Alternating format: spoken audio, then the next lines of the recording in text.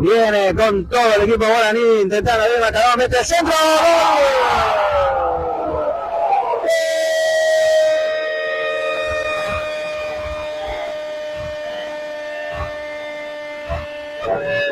Guaraní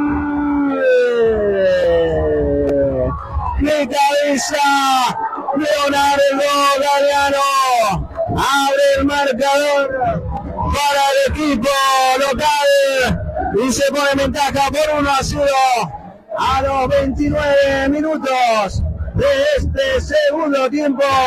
De cabeza pone en ventaja e iguala la serie.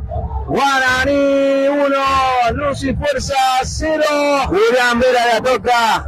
Árbitro de la cancha, atención que le puede caer a Morbo Gómez. ¡Mete golazo!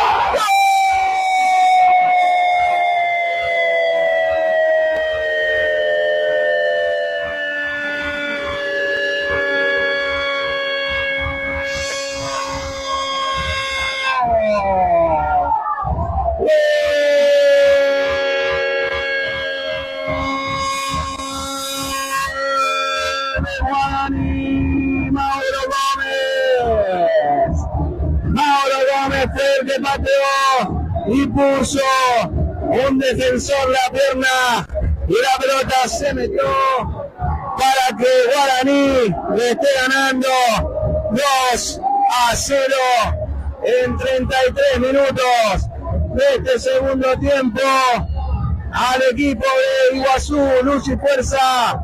Con este resultado, la franja se está ubicando en los cuartos de final del torneo regional federal amateur. De la pega ahí otra vez Cardoso, otro pelotazo que mete Vallejos, amarilla el arquero jugando a la pega con Mauro, que ya si Mauro puede hacer el tercero aquí.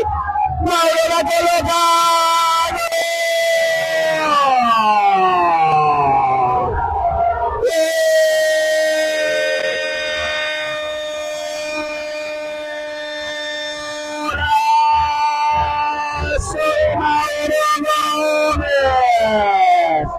Sentencia a la historia aprovechando la falla del arquero amarilla, colocando así el tercer gol de la tarde para Guaraní en 49 minutos.